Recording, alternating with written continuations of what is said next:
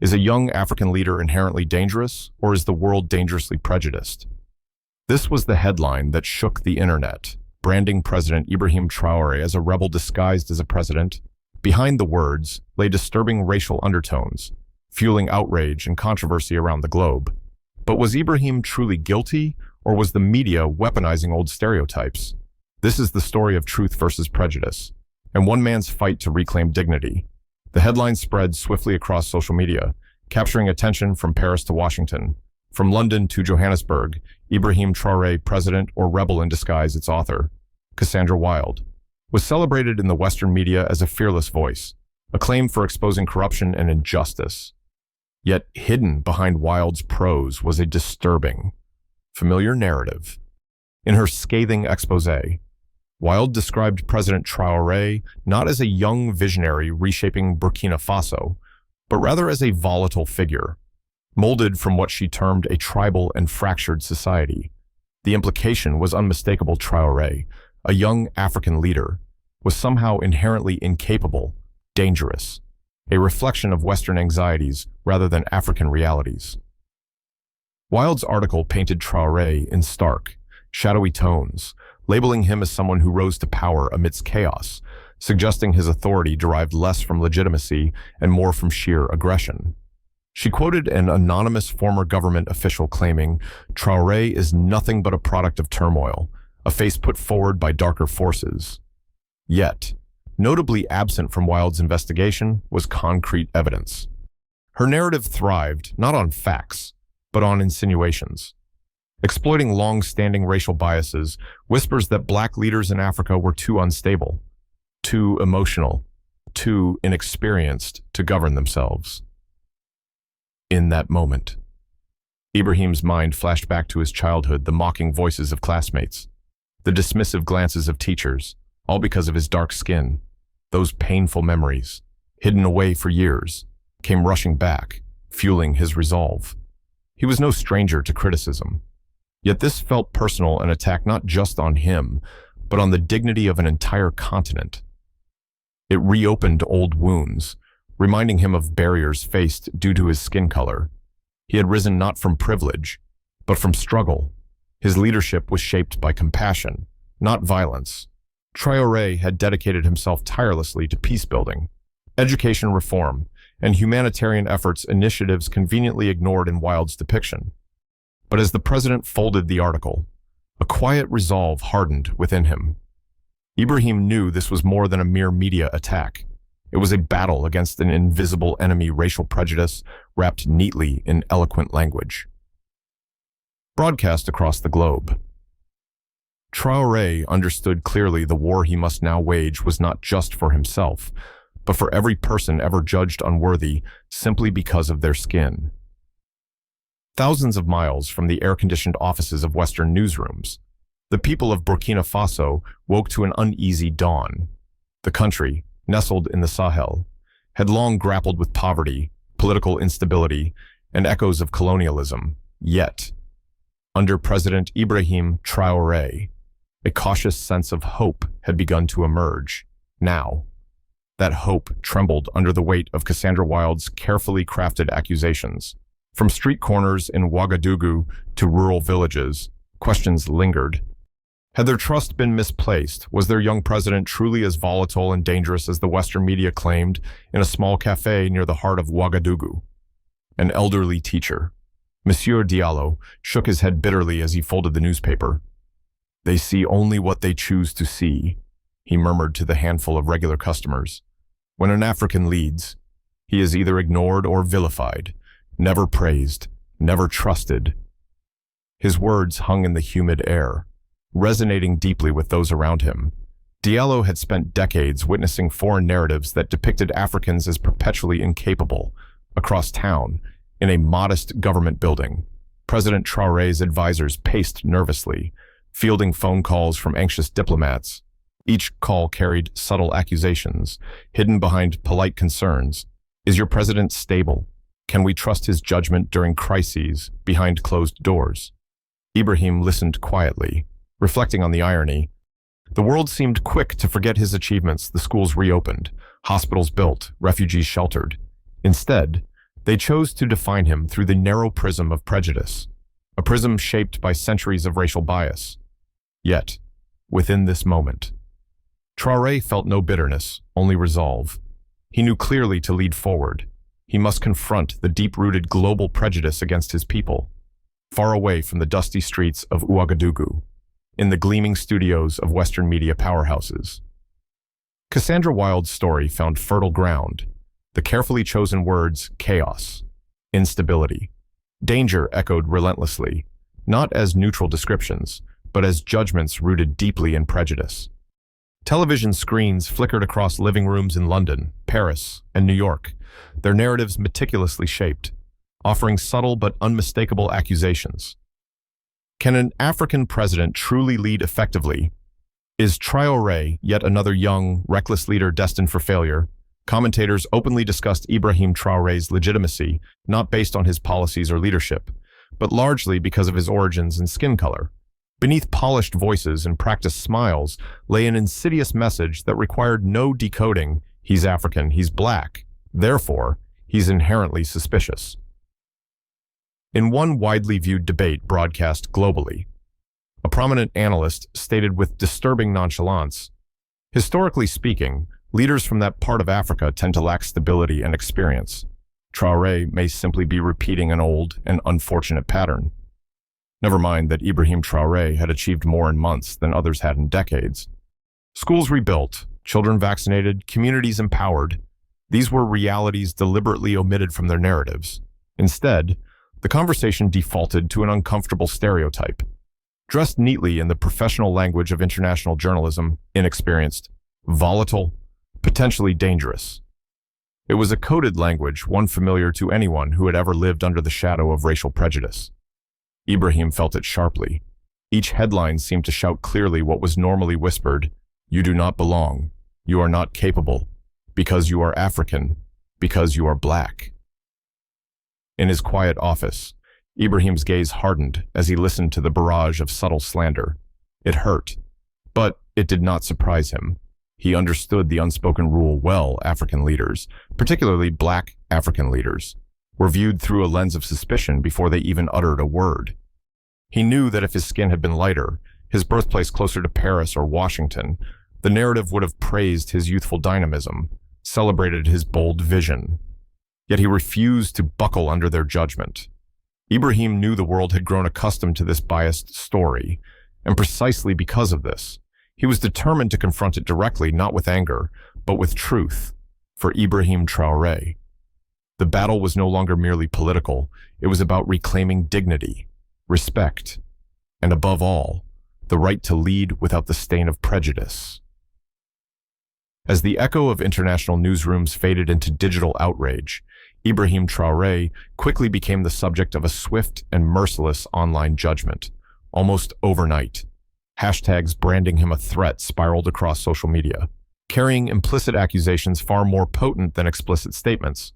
On platforms from Twitter to Instagram, public opinion surged violently against him. A storm brewed, each hashtag sharpened with prejudice, each repost amplifying suspicion. Millions of clicks turned Wilde's words into unquestioned truths, effortlessly spreading old stereotypes. Online discussions did not focus on his policies or his genuine achievements. Instead, users often far removed from Burkina Faso engaged in debates built entirely upon racialized cliches, comfortably echoing narratives that suggested an inherent inability among African leaders to govern effectively. Within hours, the damaging narrative turned Ibrahim from a respected national leader into a suspicious figure, condemned globally by people who had never set foot in Burkina Faso, who had never heard of Ibrahim before Wilde's accusations. Digital communities united briefly not by facts, but by deeply ingrained biases, back in Ouagadougou.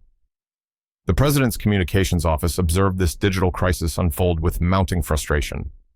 Emails poured in relentlessly from global media outlets, each request already tinted with skepticism, each question subtly reinforcing the presumption of guilt.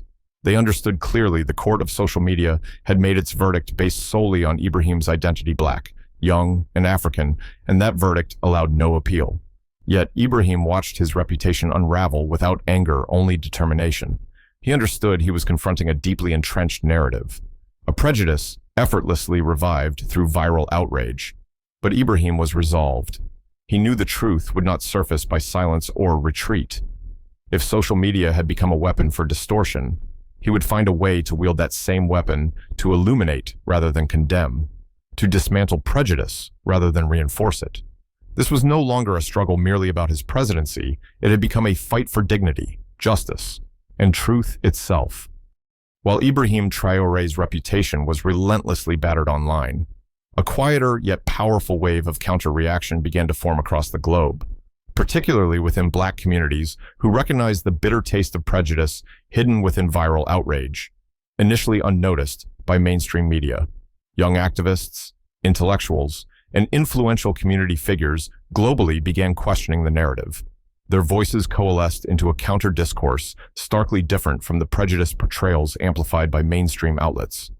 Influential writers, scholars, and artists worldwide dissected Cassandra Wilde's article, highlighting racial biases embedded in her narrative. Prominent voices pointed out how Ibrahim's achievements had been erased simply due to his identity young, African, and Black characteristics historically tied to Western suspicion and bias. Soon, independent articles, posts, and video analyses emerged online, challenging global media biases directly. Independent voices questioned openly why such harsh scrutiny was disproportionately applied to African leaders, while similar accusations were rarely raised against their Western counterparts. These discussions deeply resonated in global Black communities, sparking powerful introspection about systemic racism in global media narratives.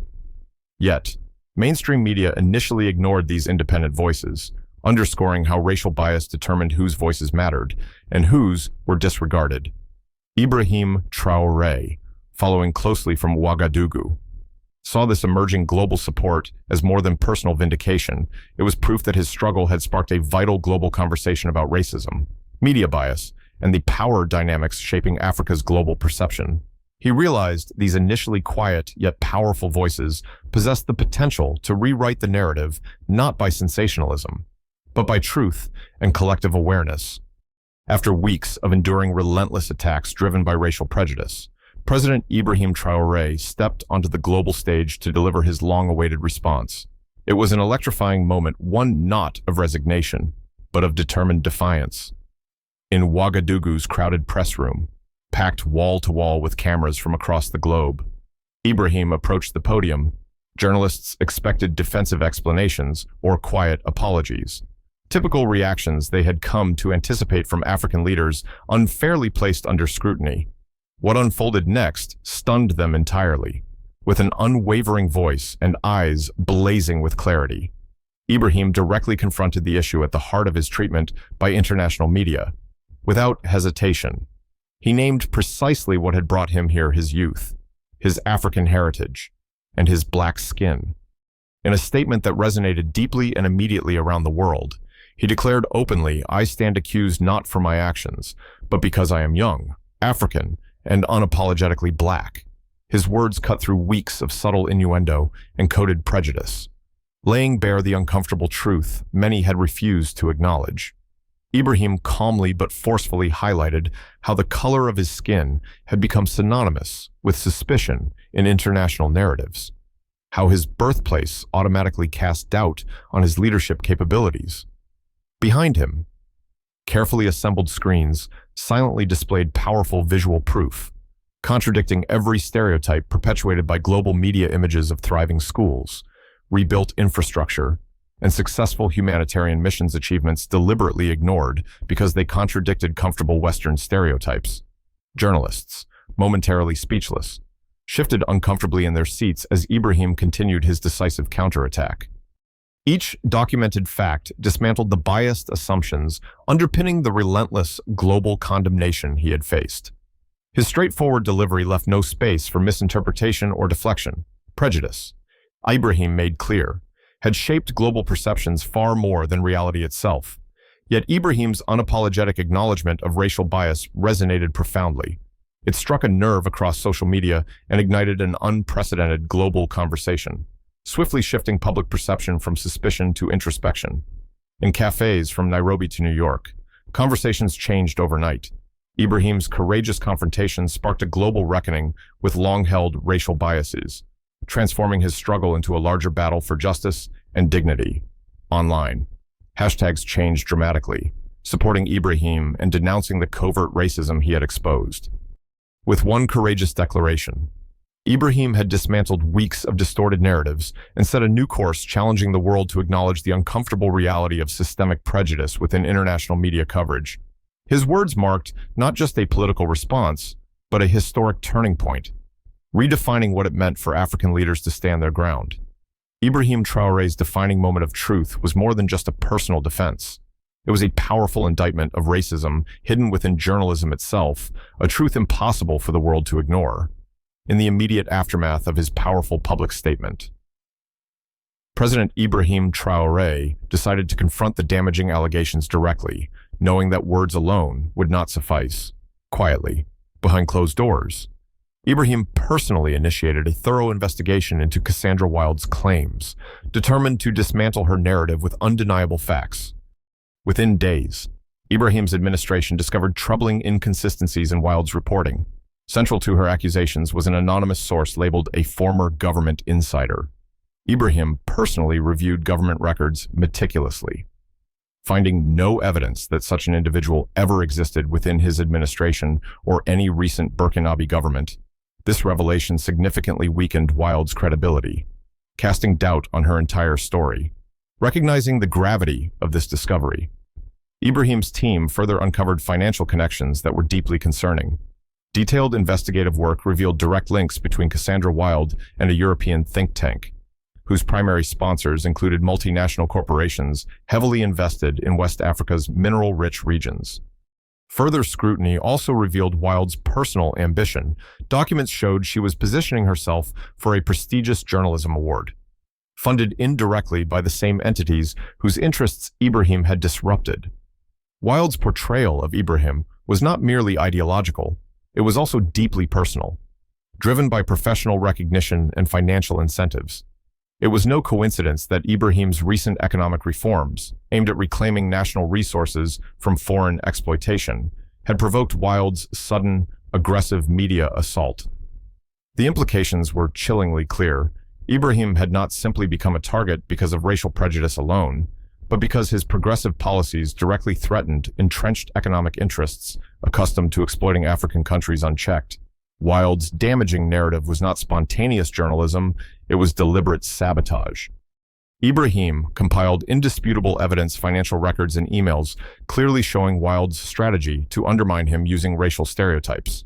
These documents revealed calculated efforts to portray Ibrahim as volatile, inexperienced, and dangerous precisely because such narratives played comfortably into Western prejudices about African leadership. Understanding the power of the evidence gathered, Ibrahim chose transparency. His government swiftly organized a second press conference, inviting global media to Ouagadougou, ready to expose not only Cassandra Wilde's distortions, but also the deeper mechanisms of systemic racism and economic manipulation lurking behind her allegations. Ibrahim's investigative work was more than personal defense. It was an unprecedented act of courage, forcing the international community to reckon openly with the uncomfortable truths of prejudice embedded within seemingly objective journalism. By personally spearheading this investigation, Ibrahim reclaimed control over his narrative, challenging not only Wilde's accusations but the very foundations upon which they stood. At the second press conference, Ibrahim stood resolute, ready to confront the media directly. On large screens behind him, detailed financial records emerged, illustrating clear connections between Cassandra Wilde and prominent Western economic interests directly affected by Ibrahim's recent reforms. Multinational corporations involved in resource extraction had funded Wilde's investigative activities, hoping to weaken Ibrahim's government, which had boldly reclaimed control over national resources previously dominated by foreign interests. Emails obtained through Ibrahim's investigation appeared on screen, exposing communications explicitly outlining strategies to damage his international credibility. These conversations described Ibrahim in deliberately racialized terms, using coded language that exploited Western stereotypes about African leaders to undermine global trust in his presidency. Journalists sat stunned, the room heavy with the weight of undeniable truth. Ibrahim calmly, clearly explained each revelation, pointing out how systemic racism had allowed Wild's unsubstantiated accusations to flourish unchecked. He emphasized not only the dishonesty of Wild's reporting, but also the deeper prejudice underpinning its rapid acceptance by global media outlets. The impact was profound. International newsrooms scrambled to reassess their coverage. Public perception shifted. Online discussions critically examined media stereotypes instead of Ibrahim's legitimacy. Social media exploded anew, this time with widespread support for Ibrahim. Previously critical hashtags were replaced by demands for media accountability, #TruthRevealed, expose media bias, and #Justice for Traoré surged globally, reflecting a profound shift in the international narrative. Within Burkina Faso, Ibrahim's decisive actions resonated powerfully among citizens, reinforcing national pride and unity. His determination not only cleared his name, but restored confidence in his leadership, demonstrating a depth of courage rarely seen on the global political stage. By personally exposing Wild's manipulations and revealing the troubling intersection of racism, journalism, and economic exploitation, Ibrahim Traoré transcended mere personal vindication. His investigative efforts became a powerful indictment of the global mechanisms that perpetuate prejudice and exploitation disguised as objective reporting. In doing so, Ibrahim changed more than the conversation. He shifted the world's understanding of Africa's leadership potential, forever challenging prejudiced narratives with unwavering truth in the wake of his decisive revelations. President Ibrahim Traoré found himself once again at the heart of global media attention this time. However, as a figure reshaping narratives rather than succumbing to them, his meticulous investigation had exposed Cassandra Wild's damaging allegations as not only unfounded, but deliberately manipulated, triggering a seismic shift in international perception. Now, journalists worldwide scrambled to reassess their earlier judgments. Confronted by the undeniable evidence Ibrahim had presented, headlines quickly transformed, no longer debating Ibrahim's legitimacy, but instead scrutinizing Wild's ethics, motives, and the troubling racial prejudices underlying her narrative. Discussions once fixated on Ibrahim's supposed instability pivoted dramatically towards systemic biases in global journalism and their devastating impact on African leaders. Ibrahim, however, understood that exposing Wild's deception was only the first step. Determined to reclaim the dignity and respect of his nation fully, he personally engaged global leaders, media executives, and human rights advocates, initiating candid conversations about the realities of racism in international discourse. In carefully structured global interviews, Ibrahim underscored not only Wild's misconduct, but also the broader cultural mechanisms that allowed her biased narrative to flourish unchecked.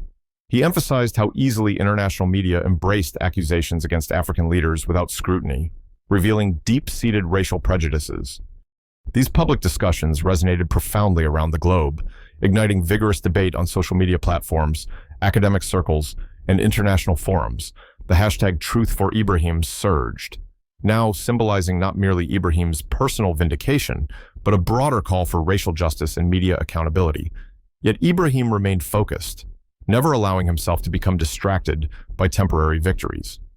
He swiftly implemented policies designed to empower African voices directly, launching initiatives supporting African journalists and media organizations committed to unbiased storytelling and factual integrity. Ibrahim's strategy aimed not just at defending his reputation, but at fundamentally reshaping the landscape of global media narratives around Africa. His actions sparked a ripple effect, inspiring African leaders across the continent to confront similar injustices openly. Ibrahim's courage had become contagious, transforming isolated battles into a united front against systematic prejudice, back in Burkina Faso. Citizens proudly rallied behind their president, recognizing in his decisive leadership a powerful symbol of resilience and dignity. The nation felt renewed pride, seeing clearly that Ibrahim's courageous response had fundamentally altered international discourse about Africa and its leaders by exposing Wild's falsehoods and highlighting global media biases. Ibrahim Traoré had done far more than salvage his personal reputation. He had reclaimed Africa's narrative, demonstrating to the world that leadership, integrity, and dignity were not privileges reserved for certain continents or colors, but universal rights owed to every nation and individual. through courage, clarity, and unwavering truth. Ibrahim had not merely defended himself, he had delivered a lasting triumph against systemic racism and bias, leaving an indelible mark on history itself.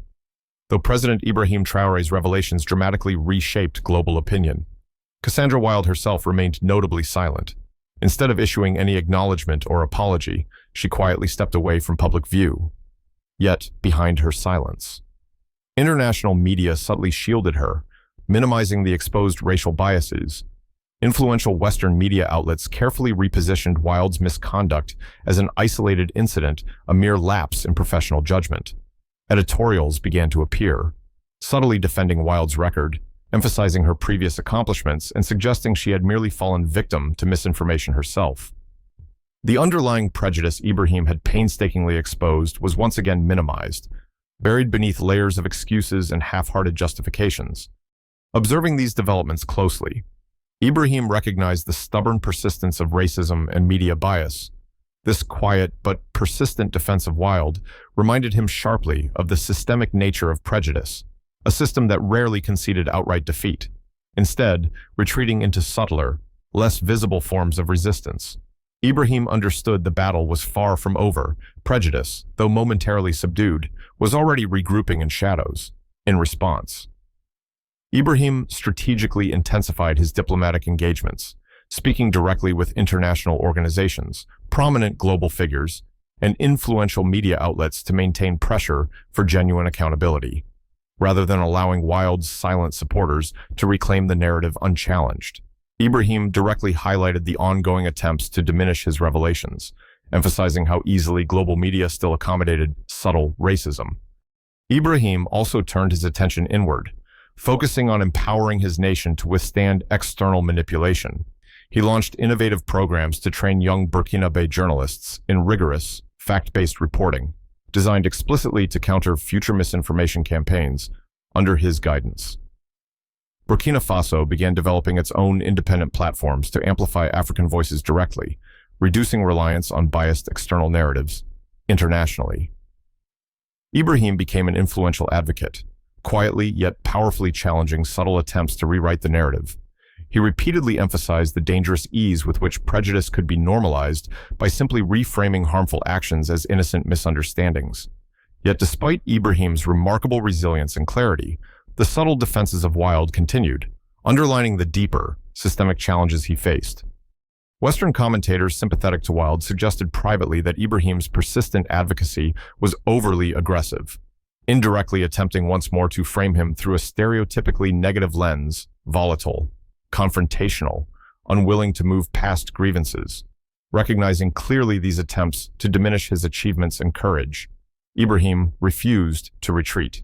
He understood the necessity of remaining vigilant against the quiet persistence of racial bias, knowing well it thrived precisely because it disguised itself behind silence, neutrality, and polite excuses. Through his unyielding determination and consistent, factual advocacy, Ibrahim ensured that the conversation about prejudice, justice, and dignity continued not as a temporary news cycle, but as an ongoing global reckoning. Amidst the ongoing attempts to subtly rehabilitate Cassandra Wild's damaged reputation, President Ibrahim Traoré refused to remain passive.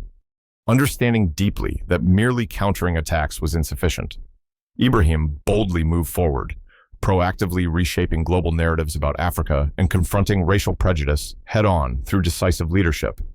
Recognizing that lasting change required systemic transformation rather than temporary victories, Ibrahim launched a groundbreaking initiative, the establishment of an international journalism forum based in Ouagadougou, designed explicitly to address racial biases in global media coverage. The forum, aptly named Voices of Truth, swiftly attracted significant global attention and participation from journalists, scholars, and policymakers worldwide at the forum's inauguration. Ibrahim personally emphasized the urgent need for new journalistic standards, calling for rigorous accountability to dismantle prejudiced narratives.